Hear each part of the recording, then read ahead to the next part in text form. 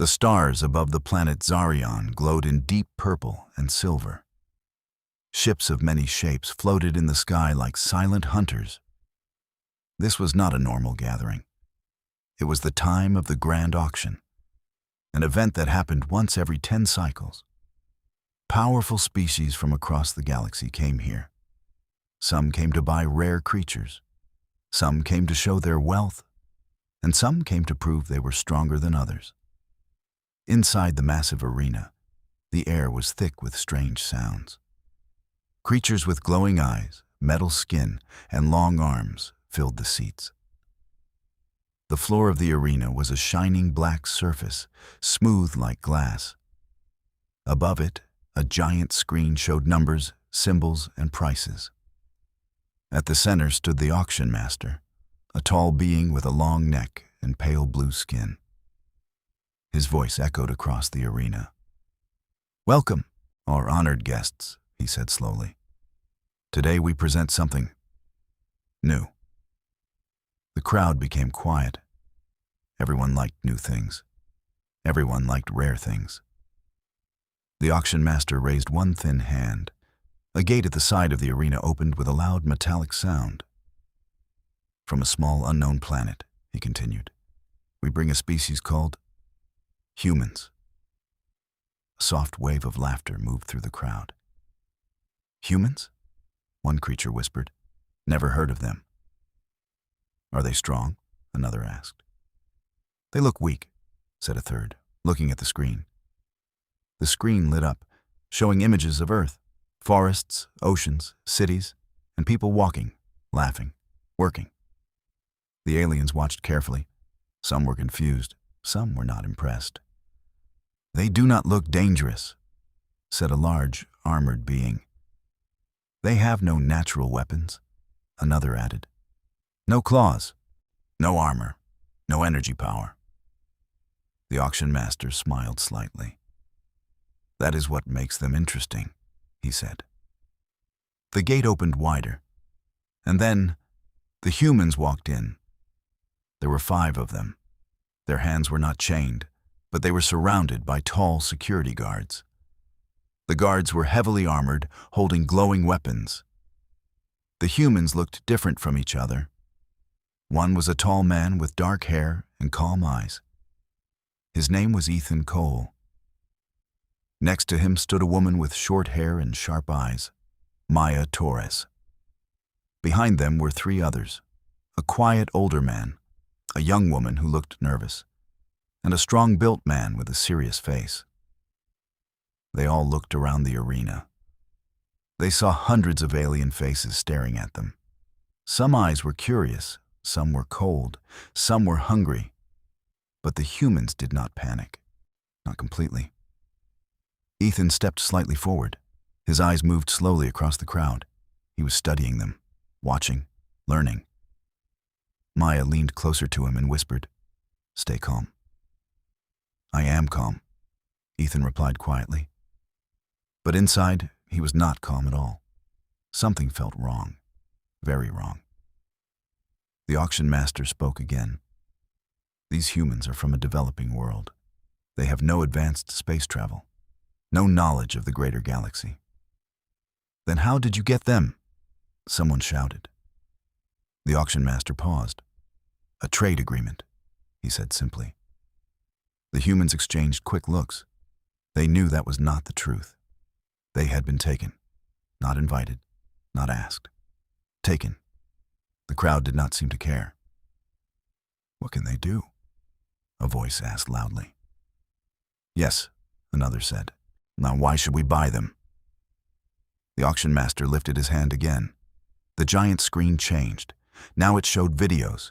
Humans running, humans building, humans fighting, soldiers in battle, fire, explosions, survival in harsh conditions.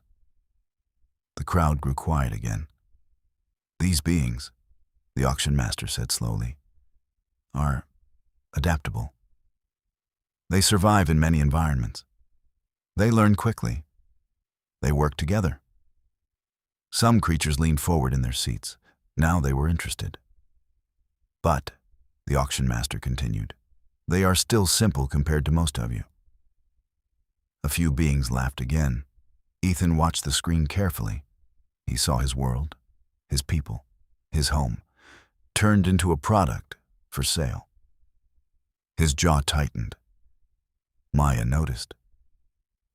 "Don't react," she whispered again. But it was getting harder, and the strong-built man behind them spoke quietly. "We need a plan. We don't even know where we are," the young woman said nervously. "We're not alone," the older man added softly. Ethan nodded slightly. He was still watching everything. The guards, the exits, the weapons, the distance between them and the arena walls. He was not just standing there. He was calculating, always calculating. The auction master raised his voice again. "We will begin the bidding shortly. But first," he paused for effect, "a demonstration." The crowd reacted with excitement. They loved demonstrations. They loved action. The lights dimmed slightly. From the other side of the arena, another gate opened. A low growl echoed across the space. Something big was coming, very big. The humans turned toward the sound. Slowly, a massive creature stepped into the light. It had thick gray skin, 4 powerful legs, and glowing red eyes. Its mouth was filled with sharp teeth, and its breath came out like smoke.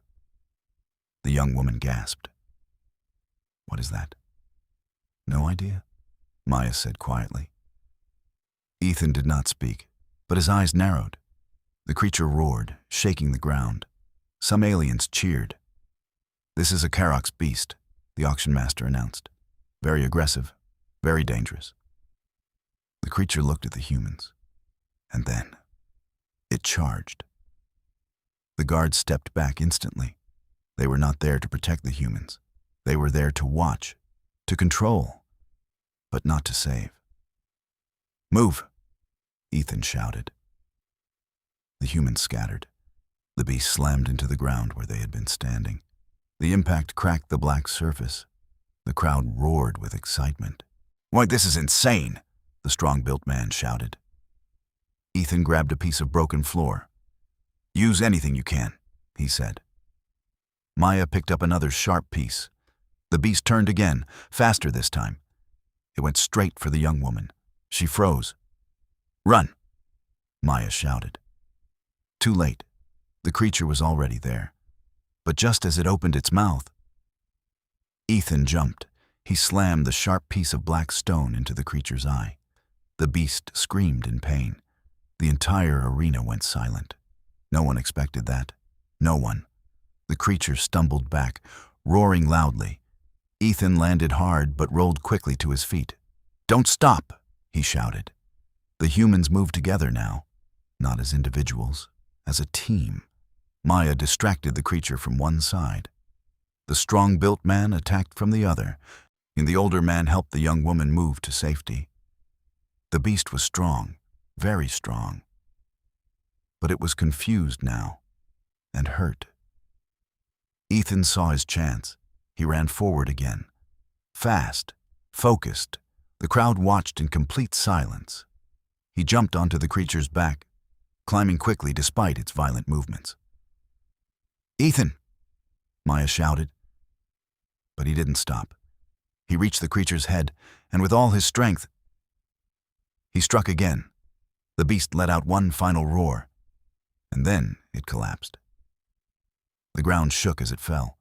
Silence filled the arena. Deep, heavy, unbelievable silence. The humans stood there, breathing hard, alive, together. The auction master did not speak for a moment. Even he was surprised. Finally, he smiled. A slow, cold smile. "Interesting," he said. "Very interesting."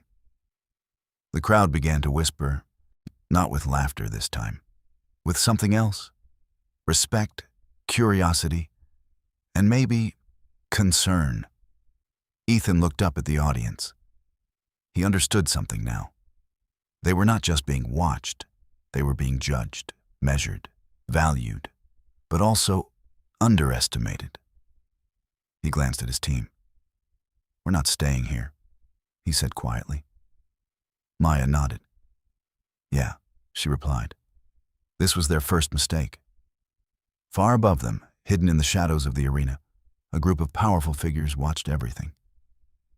One of them leaned forward. "These humans," it said slowly. "They may be more dangerous than we thought." And far away, beyond the stars, something else had already started moving. Something connected to Earth. Something that would not stay silent. The game had just begun, and the galaxy had no idea what it had just invited. Mar, Part 2. 1250 words ka lekho, aur interesting hona chahiye, aur third-person style ma likhni ha, aur simple basic English ka, aur violated free hona chahiye. Part 2. The bidding begins, and so does the plan. The arena was no longer loud. Moments ago it had been full of laughter and noise. Now it was quiet in a different way. The kind of quiet that comes after something unexpected. The dead Orcs beast lay still on the black floor, and the 5 humans were still standing, alive, breathing hard, but standing. The aliens in the crowd watched them closely now. No one was laughing anymore. "These are the weak ones," a tall, insect-like being whispered. "They killed a Orcs," another replied. "That should not be possible." At the center, the auction master raised his hand again. His face was calm, but his eyes were sharp. "As you can see," he said slowly, "humans are more capable than they appear." A soft wave of murmurs spread through the arena. Ethan stood still, but his mind was moving fast. Something had changed. Before they were just items. Now, they were something else. Maya stepped closer to him. "They're looking at us differently," she said quietly. "I know," Ethan replied. "It's not good," the older man added. "That kind of attention, it makes us more valuable." "And harder to escape," the strong-built man said. Ethan nodded slightly. "Yes," he said, "but it also means something else." "What?" the young woman asked. Ethan looked around the arena again. "They need us alive." Maya's eyes narrowed. "So they won't kill us easily." "Exactly." The auction master's voice echoed again. "Okay, we will now begin the bidding." A large number appeared on the screen above. The starting price. Some aliens leaned forward immediately. 5,000 units, one voice called out. 7,000, another said quickly. 10,000. The numbers began to rise. Fast, very fast. The humans stood in the center, watching as their value increased like a simple object. But Ethan was not focused on the numbers. He was watching the guards, watching their movements, their positions, their patterns. Every time the crowd became louder, the guards shifted slightly. Every time the auction master spoke, they relaxed just a little. Small details, but important ones. Maya noticed. "You're planning something," she said softly. "I'm trying," Ethan replied. "Trying," she said. "We don't have enough yet." The young woman looked scared again. "What if someone buys us?" "They will," the older man said calmly. "It's not if, it's who." The bidding continued. 15,000, 20,000, 30. The crowd was no longer calm. Excitement had returned, but this time it was mixed with tension. "These humans could be useful," a large armored being said. "They could be trained," another added. "They could be controlled," a cold voice whispered. Ethan heard that. Controlled. He didn't like that word. Not at all. The strong-built man stepped closer. "We should attack again," he said quietly. "No," Ethan replied. "Why not?" he asked. "They're not afraid yet," Ethan said. "We need them to make a mistake." Maya nodded slowly. We wait. For what? The young woman asked. For an opening, Ethan answered. Above them, in a high private section, the important buyers were watching more closely than anyone else. One of them, a tall figure covered in dark robes, leaned forward. I want them, the figure said. Another turned slightly. They are unpredictable. That is exactly why. Back in the arena, the bidding reached a new level. 50,000. The number flashed brightly on the screen. A shockwave of sound moved through the crowd. That was a high price. Very high.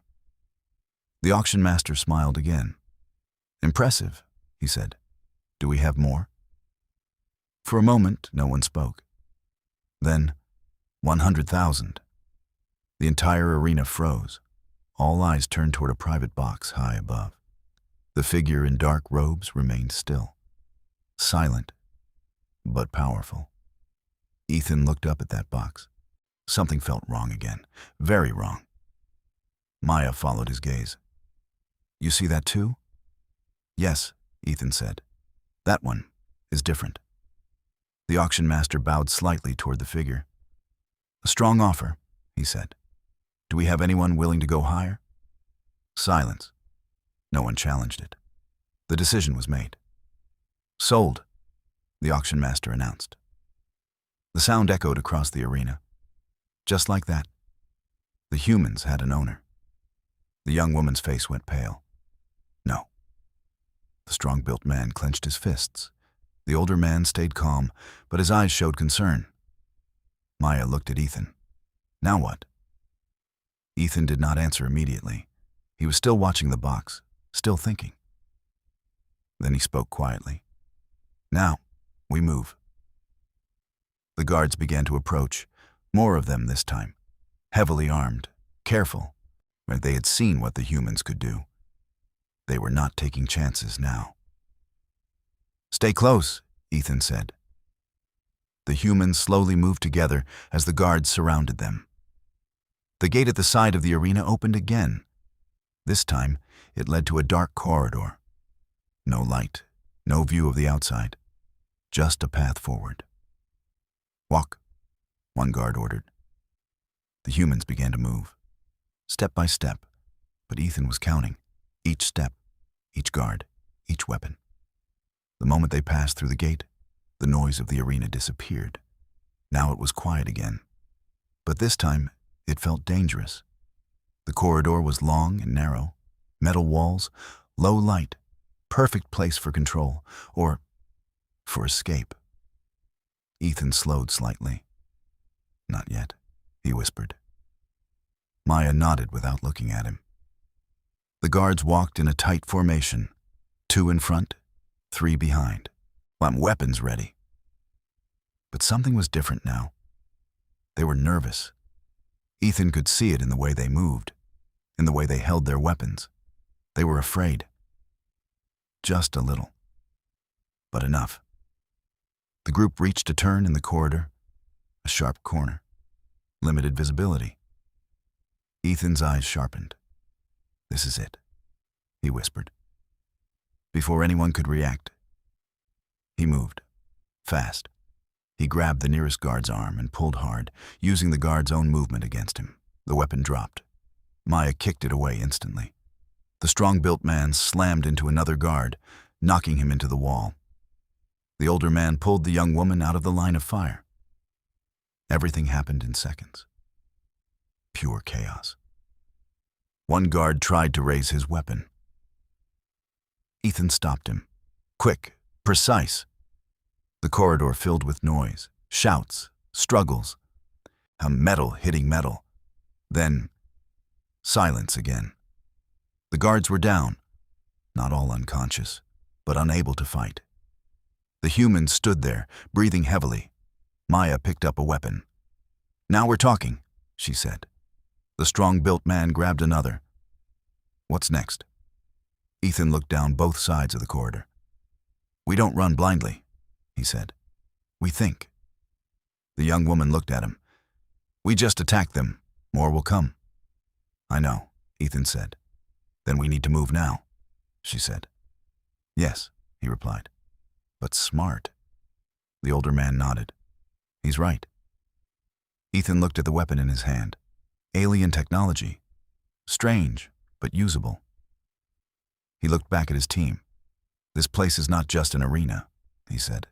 It's a station, a system. That means there's control, Maya finished. And exits, the strong-built man added. And maybe communication, the older man said. Ethan nodded. Exactly. He looked down the corridor again. Now, we're not just trying to survive, he said. We're taking control. Maya smiled slightly. I like that plan. Far above them, alarms began to activate. Red lights flashed across the station. Guards started moving quickly. Orders were being shouted. They've escaped. Lock down all sectors. Do not underestimate them. In the private box, the dark-robed figure stood up slowly. So, it said, they fight back. A pause, then a quiet, cold voice. Good. Back in the corridor, Ethan raised the weapon and took a step forward. Stay together, he said. No fear. His team followed. 5 humans, in a place not meant for them, surrounded by enemies. But no longer helpless, no longer controlled. And now, the real mistake had begun. Part 3. 1,250 words kaleko, or interesting hunachea, or third-person style malekni ha, or simple basic English ka, or violated free hona chai. Part 3. The station turns into a battlefield. Red lights flashed across the metal walls. A loud alarm echoed again and again through the station. Security breach! Security breach! The calm, controlled place from before was gone. Now, everything was moving fast. Guards rushed through corridors. Doors locked automatically. Heavy footsteps filled the air. The station was no longer a place for trade. It was turning into a battlefield. Ethan stood at the front of the group, holding the alien weapon tightly. The weapon felt strange in his hands, but he had already learned how to use it. Stay close, he said again. Maya walked beside him, her eyes sharp and alert. Behind them, the strong-built man carried another weapon, while the older man guided the young woman carefully. They moved forward through the corridor. Every step mattered now. Every sound could be danger. At the end of the corridor, the path split into 2 directions. Ethan stopped. He looked left, then right. Both paths looked the same. Cold metal, low light, silence. What now? Maya asked. Ethan listened carefully. Footsteps, coming from the left. Right, he said quickly. They moved, fast but controlled. No panic, just focus. As they turned the corner, they entered a wider section of the station. This area looked different. There were panels on the walls, screens showing symbols, lights blinking in different colors. Control systems, the older man said quietly. Ethan nodded. Oh, good, he said. Very good. Before they could move further, a door at the far end opened. 5 guards stepped out, fully armored, weapons ready. They saw the humans immediately. Stop, one of them shouted. Ethan didn't stop. Move, he shouted to his team. The guards raised their weapons. But the humans were faster. Maya fired first. A bright energy shot hit one guard, throwing him back. The strong-built man charged forward, slamming into another before he could react. Ethan moved to the side, using the wall for cover, then fired twice. 2 guards went down. The last one hesitated. That was his mistake. The older man stepped forward and knocked the weapon out of his hands. The fight was over in seconds. Again. The young woman stared at the scene. I can't believe this, she said. You should, Maya replied, but we don't have a choice. Ethan walked toward the control panels. We don't have time, he said. More will come. He looked at the screens. Symbols. Strange language. Unknown systems. But patterns were there. Always patterns. Can you read this? Maya asked. Not fully, Ethan said. But I don't need to. He touched one panel. The screen changed. A map appeared. A layout of the station. Different sections. Different levels. Different routes. Maya leaned closer. That's it. Yes, Ethan said. Now we see where we are. The older man looked at the map. We need an exit. And more than that, Ethan said. What do you mean? The strong-built man asked. Ethan pointed at a section of the map. This, he said. Command center. Maya's eyes widened slightly. You want to go there? Ethan looked at her, and if we just run, they will hunt us. If we take control, they will lose control. The group went silent for a moment. It was risky. Very risky. But it made sense. The older man nodded slowly. He's right. The strong-built man smiled a little. Then let's do it. The young woman took a deep breath. Okay, I'm with you. Suddenly, the lights flickered. The map glitched, then disappeared. System override. A voice echoed through the station. Cold, calm, watching. Ethan looked up. That's not automatic, he said. No, Maya agreed. Someone is watching us.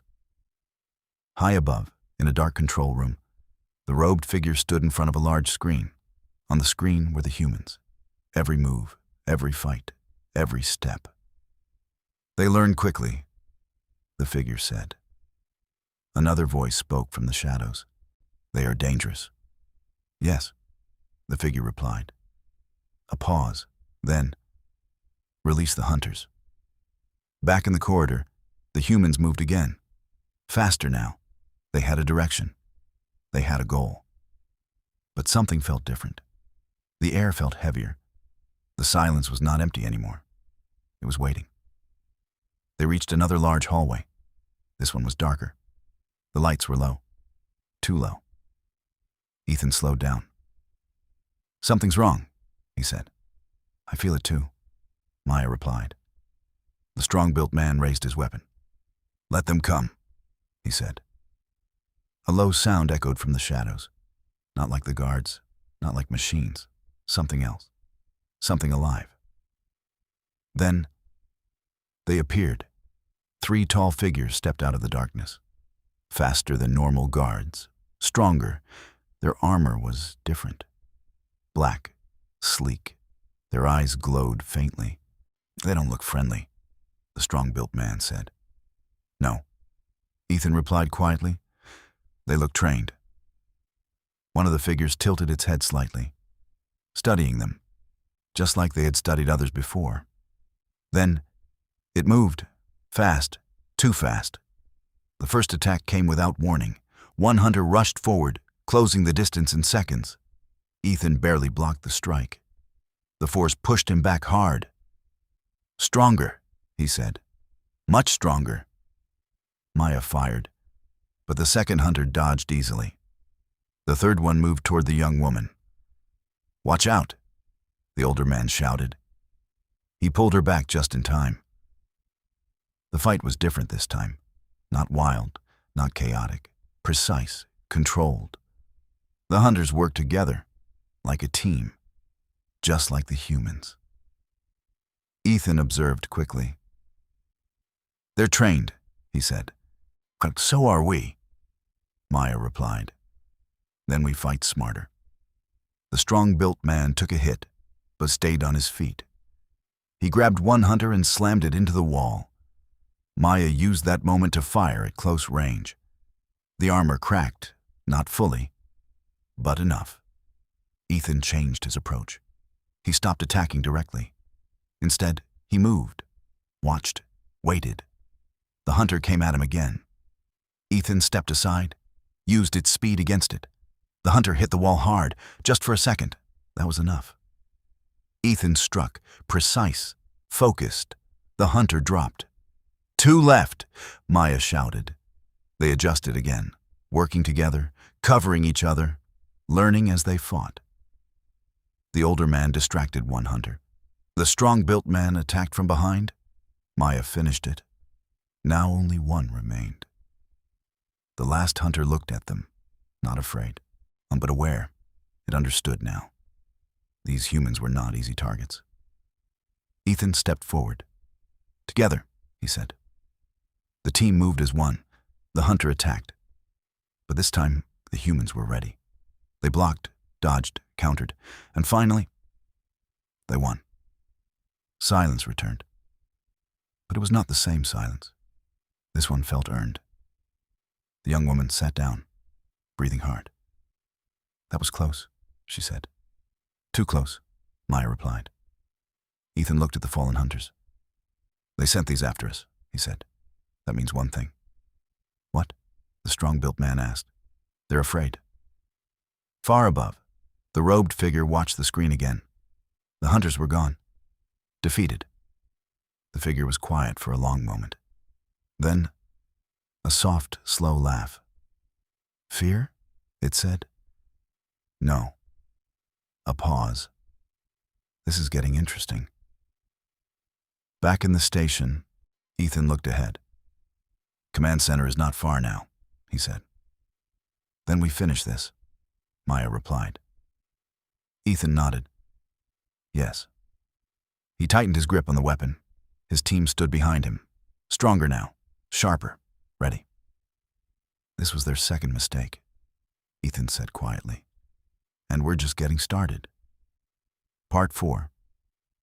1,250 words Kaleko, or interesting Hunachea, or third-person style Malekniha, or simple basic English Ka, or violated free Honachai. Part 4. Taking control. Humans turned the tables.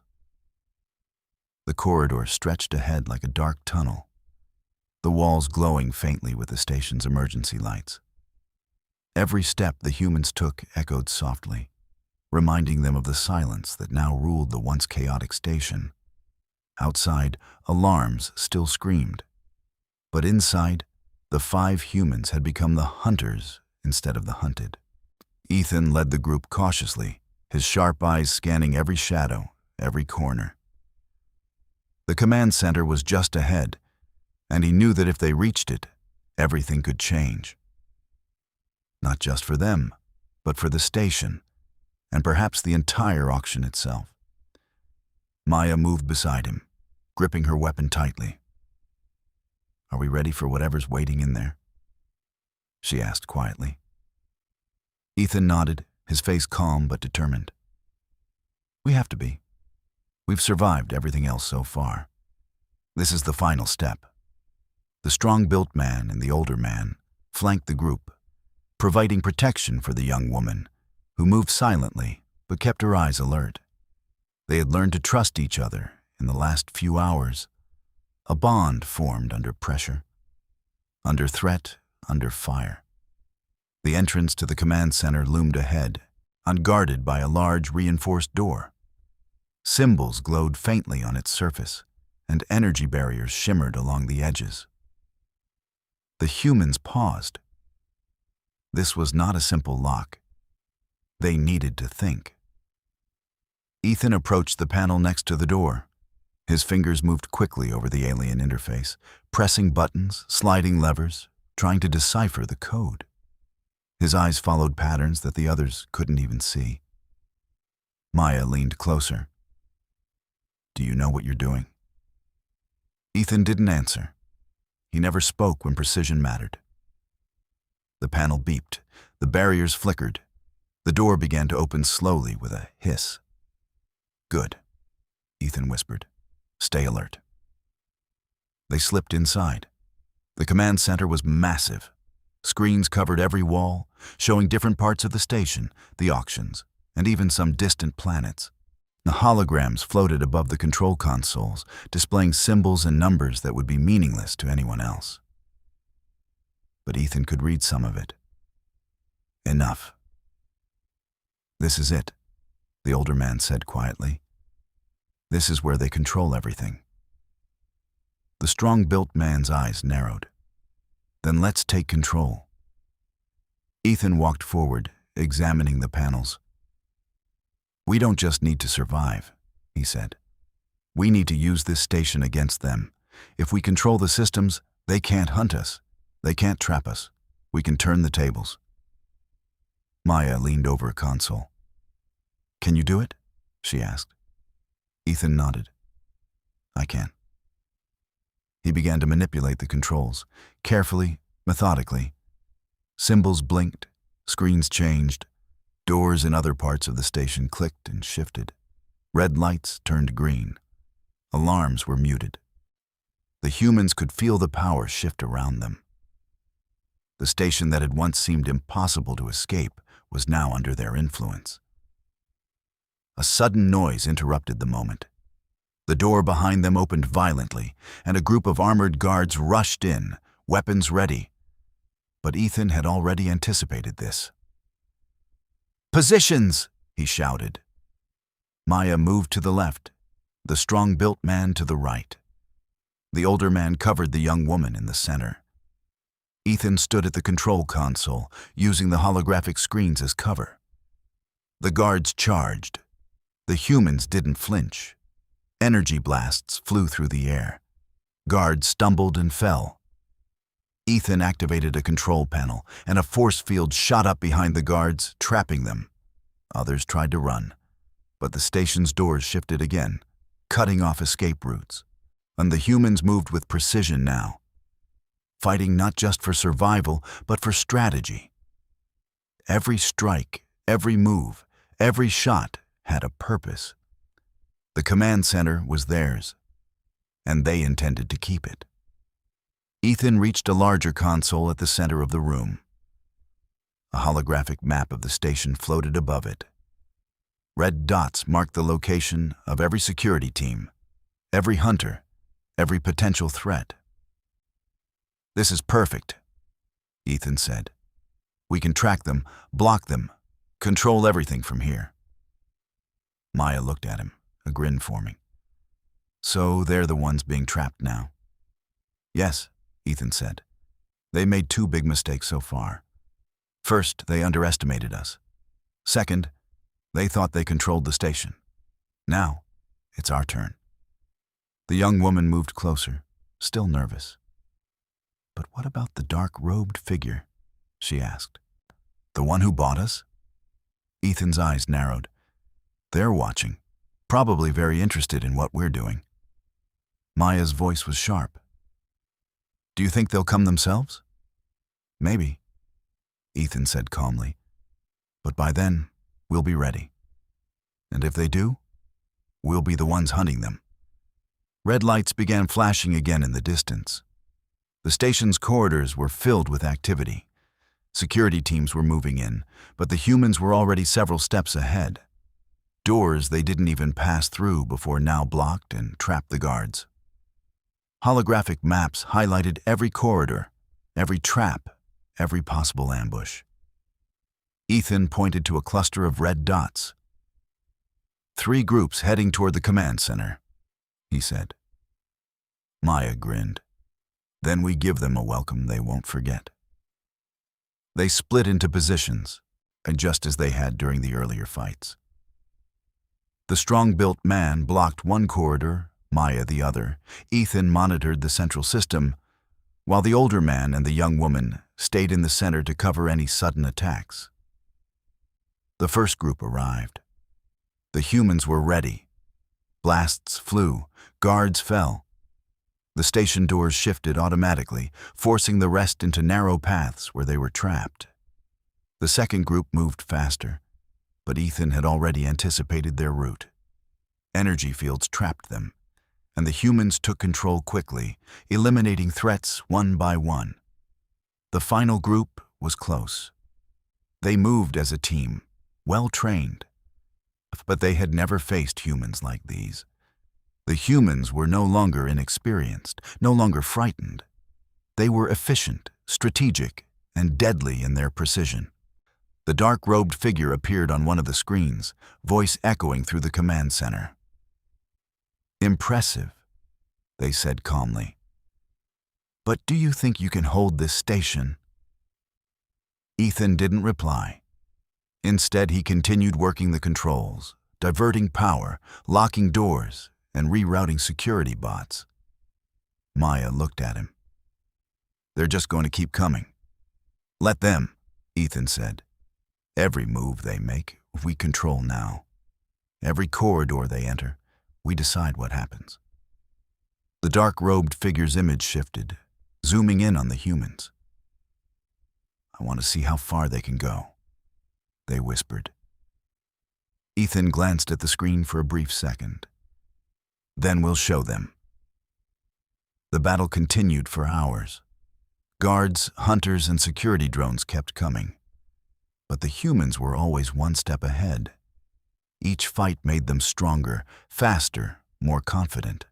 By controlling the station, they were turning the hunters' own strength into their weakness.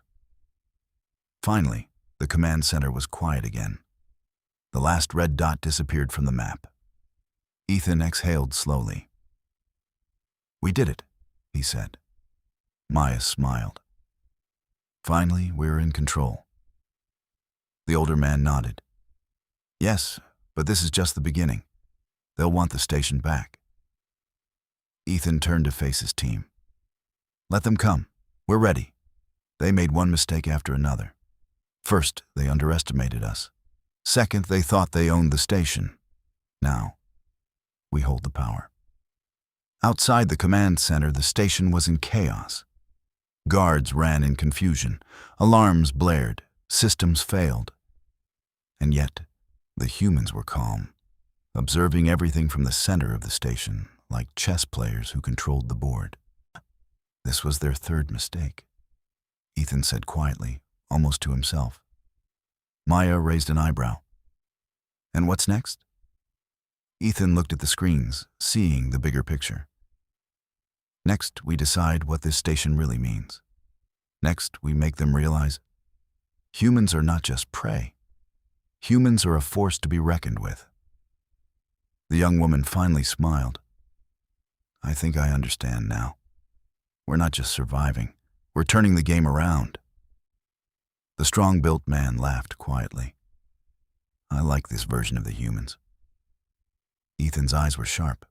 "Good, because the auction, the entire galaxy, they just learned one important lesson. Never underestimate humans." And far above, the dark-robed figure watched silently.